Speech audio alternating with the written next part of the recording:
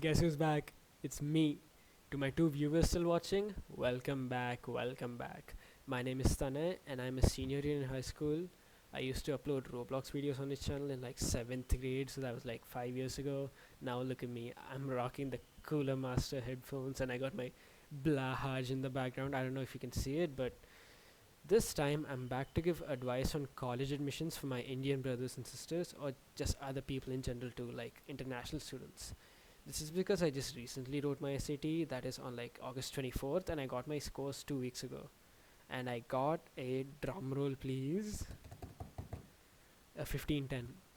That's right. I mean, if you're watching this video, which you probably aren't, since I'm pretty sure this video will get like 0 views, you probably saw the thumbnail already. So, yeah, a 1510 on the SAT with like a 714 reading and writing and a 717 maths.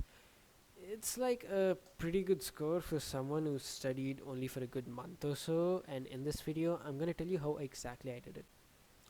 Alright, first of all, here's how I did not get free PDFs for reference materials for the digital SAT. You should definitely not go to the website oceanofpdf.com.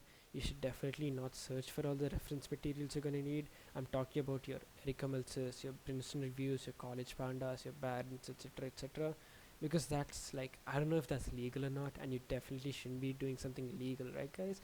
You should definitely spend like thousands of rupees on these reference books after you already spent like 10,000 rupees on just registering for the test, right, guys? Anyways, that wasn't like sponsored by Ocean of PDF, by the way, but the link is in the description. I also came across this video by Riptiva Roy where she mentioned a few websites like Magoosh that I felt were genuinely helpful. So go check out her video too. I'll provide the link in the description for that as well, because I do think that she's kind of underrated. But me with my 11 subscribers can't really say much though, so please do like and subscribe. Thanks.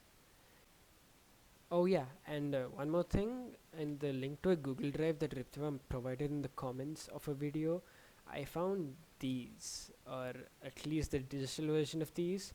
I had to print them out and cut them up, but I do think that these flashcards were a major reason I got perfect marks on the vocabulary section, or at least I think I did. They have a moderately challenging word on one side of the card and the answer to that word on the other side. I practiced them every day in the month leading to the SAT, not all of them every single day, of course, there's like 200 of them. It was just a few per day, but that eventually compounded into me developing like a brilliant repertoire of words that really did help me out in test day. So, if you want, you can also go check that out and print them out and cut them up. Also, if you're thinking of printing them, click on the option for printing on both sides so you get the word and its respective answer on both sides. So, yeah, moving on, another critical tip I have for everybody is this. It's a notebook. I mean, yeah, it's obviously a notebook, but inside I have written a detailed error analysis for every practice test I've written so far. I swear to God, this has helped me get like 100 more points on the reading and writing and math section, and this just really helped me out. But you might be asking, what's an error analysis, Tanay? It's basically writing down all the questions you've incorrectly answered, why you got them wrong in the first place, and what's the correct way of answering them. This, for example, let's talk about my first ever practice test that I wrote. It was the Blue Book Practice Test 6. That's right. The first ever practice test I wrote was the Blue Book Practice Test 6, the hardest practice test in Blue Book. I was feeling kinda egotistical, by the way, that's the reason. So, even though I didn't even know the syllabus for the test, forget about even practicing it, I didn't even know the syllabus. I still wrote practice test 6. I was like, hell yeah, we're gonna kill this, baby. You know how much I got? I got a 1250, a 620 in reading and writing, and 630 in maths. Hey, at least I like doused my arrogance to the point where I started this error analysis thing right then and there. You might have also noticed that I haven't talked about Blue Book practice tests so far.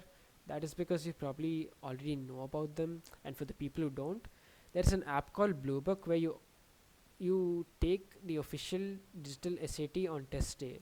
You can download it on the link in the description below. And basically, there are about 6 free practice tests in the Bluebook app. I pretty much did one Bluebook practice test each week. If I felt like doing more, Princeton Review has practice tests in which you can get through not downloading the Princeton Review books through Ocean of PDF. Wink, wink. basically in the first or second page of the Princeton Review book, there should be a code to which you can paste it onto the Princeton Review website, and you should have access to 6 or 5 Princeton Review tests. They are similar to the actual Blue Book tests, but don't count me on that. There should be instructions in that book, by the way, in the first or second page of the book. So please go check those out if you need more practice tests for some reason. You can also see the questions where you went wrong and write them in your error analysis book right here. Like, here's a really simple way to do it. I will open the page where yeah. Sorry. As you can see, I wrote it down quite simply actually. Blue Book practice test 6, you can just write that down very simply, reading and writing. And module 2, question 21, for example, that's how you can write it down really shortly. What went wrong and how you can answer it correctly. It should be really short and just sufficient enough for you to understand where you went wrong. So about 1 to 2 sentences here and another 1 to 2 sentences here. You should summarize it in such a way that you and only you can understand it, because no one else is going to read this book. And here's how not to do it, by the way. This was in the first ever time that I wrote an error analysis. An entire page. I don't know if you can see this. There's no point in seeing it either. I basically just ranted about a singular question for an entire page, which I feel like was a waste of time and resources. You should basically compress it down to a half or a third of a page. That's all you pretty much need. And yeah, I know it seems kind of tedious to do this for every question, for every practice test, but trust me, this really did help me out as someone who jumped from a 1250 to a 1510 on the official SAT. You having a database of all the questions you've answered incorrectly, make sure that you don't answer them incorrectly again. And you can also whip out this book on practice on the official test day and quickly scan through the book for a warm up. And also here on the back side of the book, I have something that I need to show you guys. Yeah, this. I made a list of the words that I found even slightly challenging, and I wrote down their meanings to the right. Was this kind of overkill? I mean, probably, yeah. I was always kind of good when it came to vocabulary and going to Magoosh and solving questions there, and these flashcards and this entire thing on the back of this SAT error analysis book that I have.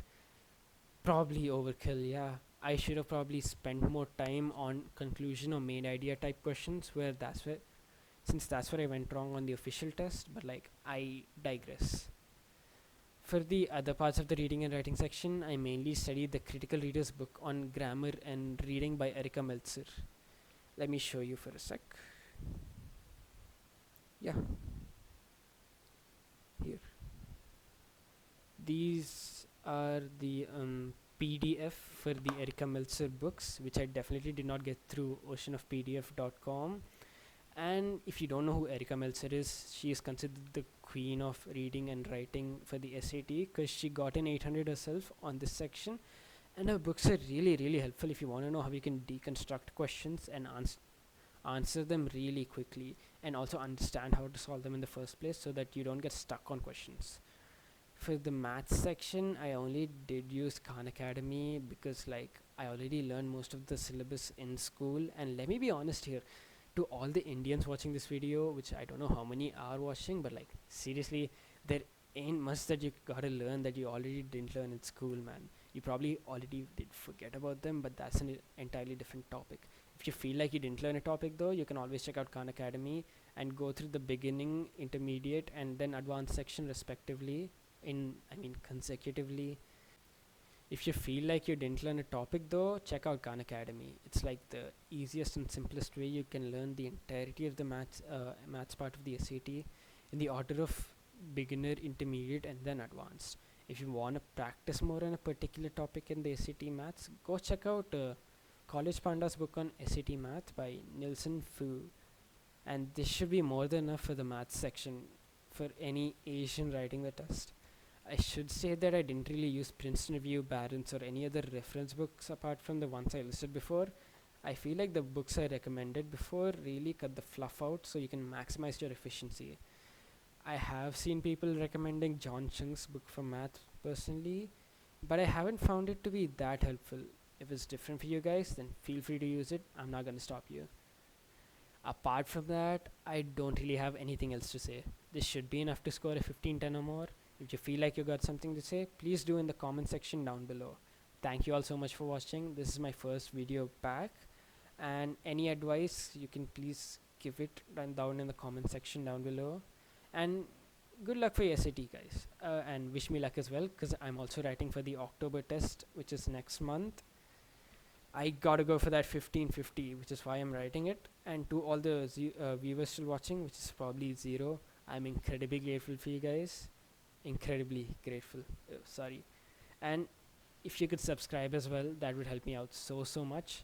And now the grind starts. So you guys keep grinding. I'll do the same. Let's go for that 1600. Bye bye.